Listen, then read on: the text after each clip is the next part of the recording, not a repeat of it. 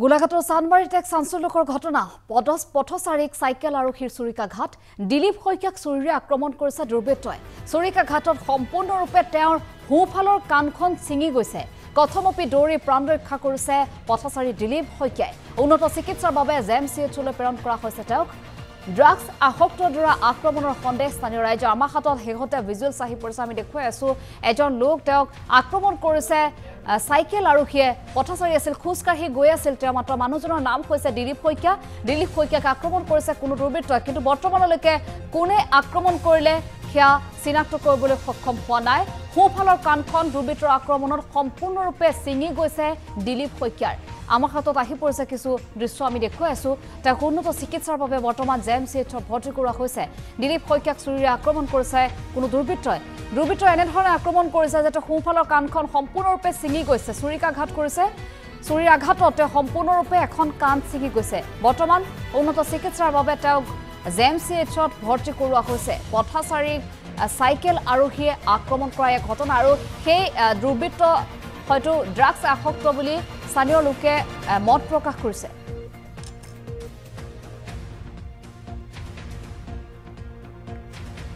তাক মই ফটো পাব বোলো নমাব যাওঁতে সি মাকে ক'লে বোলে কোনোবাই মাৰিলে দাৰে মাৰিলে তাৰপৰা ইয়াত লৈ আনিছোঁ চিকিৎসা এতিয়া যোৰহাট ৰেফাৰ কৰিছে এই আপোনাৰ কাণ এই সন্দেহ এইটোতো মই গম নাপাম ড্ৰাগছৰ খুব বেয়া চলি আছে সেইটো ৰাস্তাত এইটো কমপ্লেইন দিব লাগিব তাক কাইলৈ কেছ ৰুজু কৰিব লাগিব কিহৰ কাৰণে মাৰিলে কিবা একো মই গম নাপাওঁ সেইটো বিষয়ে আগতে হৈছে জানো তেনেকুৱা নাই হোৱা ঘটনা কোন জেগাত হ'ল বুলি ক'লে মাজাৰ যে আছে গোলাঘাটত কলেজ তিনিআলি পাৰ হৈ পেলাই চানমাৰী নাপাওঁতে মাজাৰৰ ফ্ৰণ্টত কি নাম তেখেতৰ দিলীপ কুমাৰ হাজৰিকা কিমান বয়স হৈছে 60 বছৰমান হৈছে যোৰহাট ৰেফাৰ কৰিছে অলপ চিৰিয়াছ নেকি অলপ চিৰিয়াছ কাণৰ কাটি গ'ল কাণ কাট খাই গৈছে থাকোঁতে মানে পাছফালৰ পৰা চাইকেলীয়া এজনে মাৰি থৈ গুচি গ'ল ধৰিবই নোৱাৰিলে মই আকৌ ঘৰতহে আছোঁ চিঞৰি আহিছে কি হ'ল হেৰা বোলে এইফালে আহিছোঁ মোৰ এক্সিডেণ্ট হৈছে তাৰপৰা এনেকৈ ওলাই গৈছোঁ মই এনেকৈ গেঞ্জিটো খুলি টেপা মাৰি ধৰি আহিছে তেতিয়া চাইছোঁ দেখোন হয় তেতিয়া ওচৰৰ মানুহ এজন মাতি মই চিভিললৈ যোৰহাটলৈ লৈ যোৱা মানে বেছিকৈ দুখ পাইছে এইটো মানে এইটো মাজাৰৰ ওচৰতে কি বুলি ভাবে মানে কোনে কৰিব পাৰে এনেকুৱা কি বুলি ক'ব নোৱাৰি সেইখিনিত মানে ধেৰ যিকোনো মানুহৰ আড্ডা পিটি থাকে মানে ড্ৰাগছ খোৱা মানে এনেকুৱা ল'ৰা ক'ব নোৱাৰি দেই আমিতো নেদেখোঁ আপোনালোকৰ ঘৰটো ওচৰতে আমি বৰকে বাহিৰলৈ সন্ধিয়া হোৱাৰ পিছত নোলাওঁ এইজনহে অকণমান ঘূৰা ঘূৰি কৰি ফুৰে খোজকাঢ়ি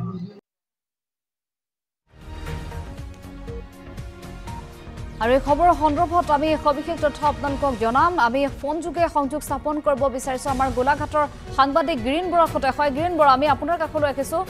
ইতিমধ্যে ঘটনাৰ সন্দৰ্ভত আমি সবিশেষ তথ্যৰ বাবে আপোনালৈ ফোন কৰিছোঁ আমাক কি জনাব তদন্ত প্ৰক্ৰিয়া কেনেধৰণে আৰম্ভ হৈছে ভুক্তভোগী পৰিয়ালে এজাহাৰ দাখিল কৰিছে নে নাই কৰা আৰু দুৰ্বৃত্তক চিনাক্ত কৰিবলৈ আৰক্ষী সক্ষম হৈছে নে নাই হোৱা আমি আপোনাৰ পৰা জানিব বিচাৰিছোঁ হয় গিৰীণ বৰা হয় অঞ্জনা আপুনি যিটো প্ৰশ্ন অৱতাৰণা মই প্ৰথমতে যদি আৰক্ষীৰ কথা ক'বলৈ যাওঁ বৰ্তমান গোলাঘাটৰ যি আৰক্ষীৰ ভূমিকা বুলি ক'বলৈ এক বৃহৎ শূন্য বুলি ক'ব লাগিব যিহেতু গোলাঘাটত বৰ্তমান যি চুৰ ডকাবাজ বা অন্যান্য যি অসামাজিক কাৰ্যকলাপ দুগুণে বৃদ্ধি পাই আহিছে গতিকে এনে পৰিপ্ৰেক্ষিতত গোলাঘাটৰ যি আৰক্ষীৰ ভূমিকা পালন কৰিব লাগিছিল গতিকে সেই ভূমিকা পালন কৰাত গোলাঘাট আৰক্ষী সম্পূৰ্ণৰূপে ব্যৰ্থ হৈছে আৰু এতিয়া আহোঁ মূল ঘটনাটোলৈ কালি গোলাঘাটৰ চানমাৰীত যি ঘটনা সংঘটিত হৈ গ'ল নিশা এজন লোক পথত তেওঁলোক খোজ কাঢ়িবলৈ ওলাই যোৱা অৱস্থাত এজন দুৰ্বৃত্তই তেওঁক চুৰিৰে আঘাত কৰে আৰু তাৰ ফলত তেওঁ সোঁকাণখন সম্পূৰ্ণৰূপে ছিগি পৰে আৰু এই ঘটনাৰ পিছতে তেওঁ উন্নত চিকিৎসাৰ বাবে যোৰহাটলৈ প্ৰেৰণ কৰিবলগীয়া হয় কিন্তু দেখা গৈছে যে গোলাঘাটত সংঘটিত সচৰাচৰ যি অসামাজিক যি কাৰ্যকলাপ সংঘটিত হৈছে তেনেধৰণৰ কাৰ্যকলাপ নিয়ন্ত্ৰণ কৰাত গোলাঘাট আৰক্ষী ব্যৰ্থ হোৱাৰ ফলতে দিনত দিনে দুৰ্বৃত্ত এনে কাৰ্যকলাপ চলাই নিবলৈ তেওঁলোকে দুগুণ উৎসাহ পাইছে বুলি এই সময়ত চৰ্চিত হৈছে আৰু এতিয়ালৈকে গোলাঘাট আৰক্ষীয়ে এই সংক্ৰান্তত এজনকো আটক বা গ্ৰেপ্তাৰ কৰিবলৈ সক্ষম হোৱা নাই এঞ্জেলা হয় আমি ধন্যবাদ জনাইছোঁ আপোনাক এয়া আছিল আমাৰ গোলাঘাটৰ সাংবাদিক গিৰীণ বৰা আমি পৰৱৰ্তী মুহূৰ্তত গিৰীণ বৰা আপোনাৰ সৈতে সংযোগ স্থাপন কৰিম আৰু এই খবৰৰ সন্দৰ্ভত সবিশেষ আমি আমাৰ দৰ্শকসকলক জনাবলৈ চেষ্টা কৰিম এয়া আছিল চুৰিকাঘাটত সম্পূৰ্ণৰূপে শোকান ছিগি যোৱা এজন ব্যক্তিৰ নাম হৈছে দিলীপ শইকীয়া তেওঁ সম্পূৰ্ণৰূপে অসুস্থ গুৰুতৰভাৱে যেহেতু আঘাতপ্ৰাপ্ত হৈছে তেওঁক ইতিমধ্যে চিকিৎসালয়ত ভৰ্তি কৰা হৈছে তেওঁৰে কিছু দৃশ্যাংশ আমি আপোনালোকক দেখুৱাই আছো তেওঁক জেএমচিএইচত বৰ্তমান ভৰ্তি কৰা হৈছে ৰাস্তাত খোজকাঢ়ি আছিল তেনে সময়তে দুৰ্বৃত্তই আক্ৰমণ কৰিছে সাইকেলত যোৱা এজন দুৰ্বৃত্তই তেওঁক আক্ৰমণ কৰিছে যাৰ বাবে তেওঁ সম্পূৰ্ণৰূপে হুকানখন ছিঙি গৈছে গুৰুতৰভাৱে আঘাতপ্ৰাপ্ত হোৱা এজন ব্যক্তিক বৰ্তমান চিকিৎসালয়ত ভৰ্তি কৰা হৈছে কিন্তু আমাৰ সাংবাদিকগৰাকীয়ে উল্লেখ কৰিলে যে নিৰ্বিকাৰ ভূমিকা পালন কৰিছে এতিয়া আৰক্ষীয়ে কোনো ধৰণৰ ব্যৱস্থা গ্ৰহণ কৰিবলৈ সক্ষম হোৱা নাই বা তদন্ত প্ৰক্ৰিয়াৰ ক্ষিপ্ৰতাৰে আৰম্ভ হোৱা নাই এজন ব্যক্তিক ৰাস্তাৰ মাজতে অৰ্থাৎ পদপথত খোজকাঢ়ি যোৱা পথাচাৰী তেওঁ এজন খোজকাঢ়ি যোৱা অৱস্থাত চাইকেল আৰক্ষী এগৰাকীয়ে আক্ৰমণ কৰিছে কানখন সম্পূৰ্ণৰূপে ছিঙি গৈছে সেই দুৰ্বৃত্তক চিনাক্ত কৰিবলৈ সক্ষম হোৱা নাই আৰক্ষী এজাহাৰ দাখিল আজি যেহেতু এজাহাৰ দাখিল কৰিব ভুক্তভোগী পৰিয়ালে ইতিমধ্যে আমাৰ সাংবাদিকৰ আগত জনালে আমি কিছু দৃশ্যাংশ দেখুৱাই আছো তেওঁক ইতিমধ্যে উন্নত চিকিৎসাৰ বাবে জেএমচিএইচত ভৰ্তি কৰোৱা হৈছে